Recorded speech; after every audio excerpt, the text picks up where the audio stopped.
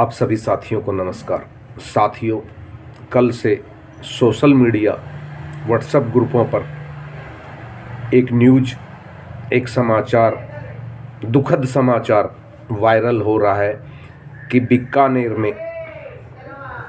बीकानेर राजस्थान में हमारे स्वर्णकार समाज के 5 सदस्यों ने, जो एक ही परिवार के सदस्य हैं, उन्होंने सुसाइड कर लिया। यह समाचार लगभग स्वर्णकार समाज के तमाम व्हाट्सएप ग्रुपों पर तेजी से वायरल हो रहा है। यह समाचार हमने भी देखा और देखकर मन बहुत दुखी हुआ कि आखिर ऐसा क्या हो गया था मेरे इस समाज के भाई के साथ कि इसे अपने पूरे परिवार की जीवन लीला समाप्त करनी पड़ी।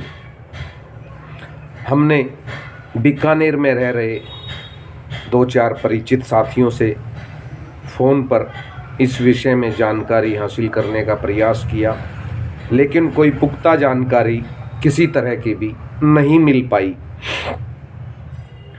बताया जाता है कि हनुमान सोनी जी, उनकी पत्नी बिमला, उनके 2 पुत्र ऋषि और मोनू तथा एक पुत्री गुड़िया, जिनकी उम्र क्रमशः इस प्रकार है।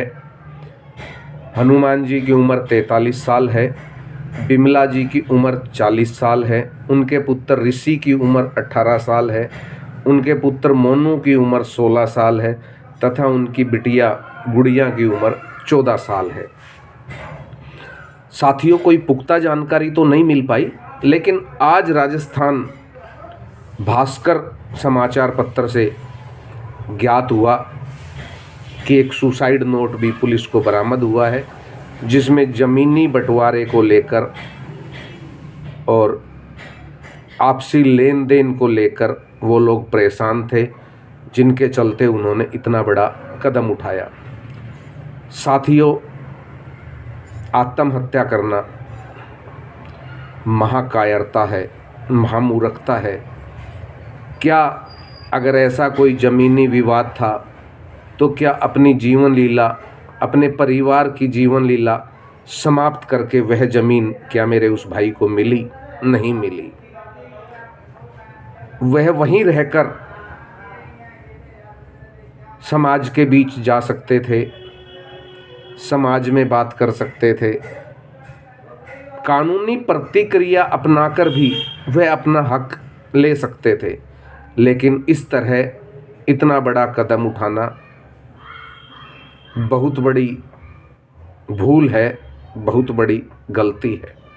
सर्वप्रथम तो मैं उन 5 की आत्मा के लिए भगवान से प्रार्थना करता हूँ कि हे भगवान, इन 5 मेरे समाज के बंधुओं के आत्मा को अपने श्री चरणों में स्थान दे और ऐसा दुखद वाक्य पूरे देश में मेरे समाज के साथ किसी भी भाई बंधु के साथ ना घटे, ऐसी भी मैं भगवान से प्रार्थना करता हूँ। माना कई बार हालात कुछ ऐसे हो जाते हैं कि आदमी टूट जाता है, लेकिन टूटने का मतलब भी इतना नहीं कि हम इस कदर टूट जाएं कि हम अपने परिवार का ही विनाश कर लें, हम अपने परिवार को ही ख़त्म कर लें। मैं कल से जब व्हाट्सएप ग्रुपों से यह समाचार देख रहा था, यह व्हाट्सएप मैसेज पढ़ रहा था, तो मेरी स्वयं की आत्मा भी रो रही थी कि हे मेरे भाई, हे मेरे समाज बंधु, आपने यह इतना बड़ा कठोर कदम क्यों और कैसे उठा लिया। वहीं साथियों, कुछ ग्रुपों में हमने देखा कि मेरे समाज बंधुओं के पास जैसे मानो कोई काम ही ना हो। उन्होंने आनन फानन में लिखना शुरू कर दिया कि यह भाई कर्ज से पीड़ित था, बेरोजगार था, वहाँ के समाज को, वहाँ के भामाशाहों को इसे रोजगार देना चाहिए था, इसे दुख सुख की सुध लेनी चाहिए थी।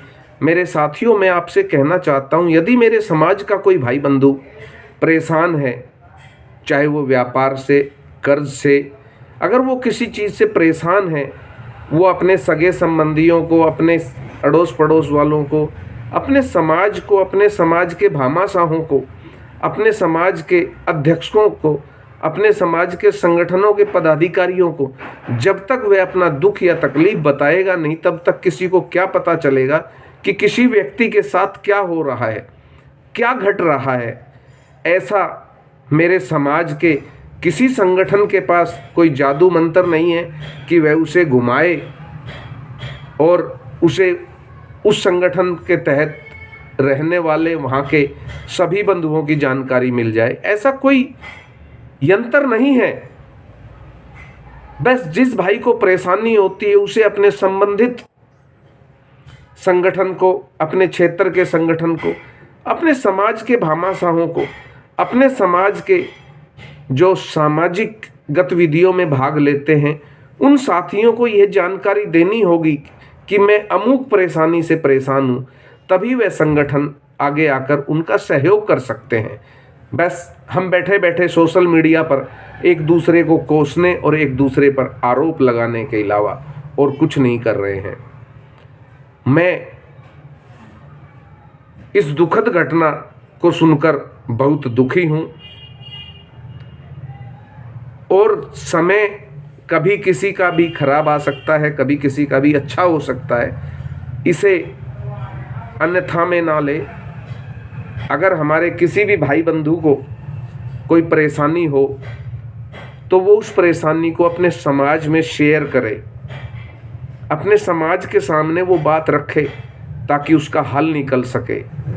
इस तरह इतना बड़ा कदम उठाना मेरे हिसाब से बहुत ही गलत है। मेरा हृदय आज बहुत दुखी है इस मामले को लेकर।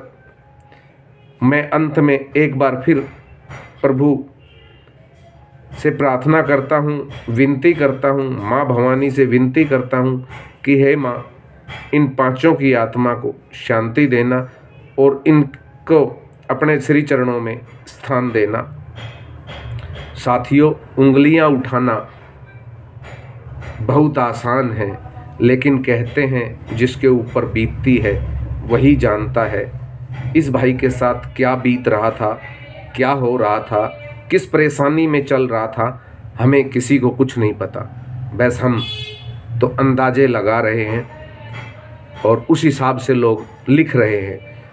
मैं यही कहूँगा, मेरे संगठन के जितने भी पदाधिकारी हैं, चाहे वो क्षेत्रीय स्तर पे हों, चाहे राष्ट्रीय स्तर पर हों, चाहे वे शहर वाइज हों, मैं उनसे भी आग्रह करूँगा कि आप लोग 2-4 महीने में अपने समाज की एक बैठक करें और यह देखें कि हमारे समाज में कोई भाई किसी दुख तकलीफ़ से परेशान तो नहीं हो रहा है, और अगर हो रहा है तो उसको आगे आके रास्ता बताएं ताकि उन परेशानियों से वह निकल सके।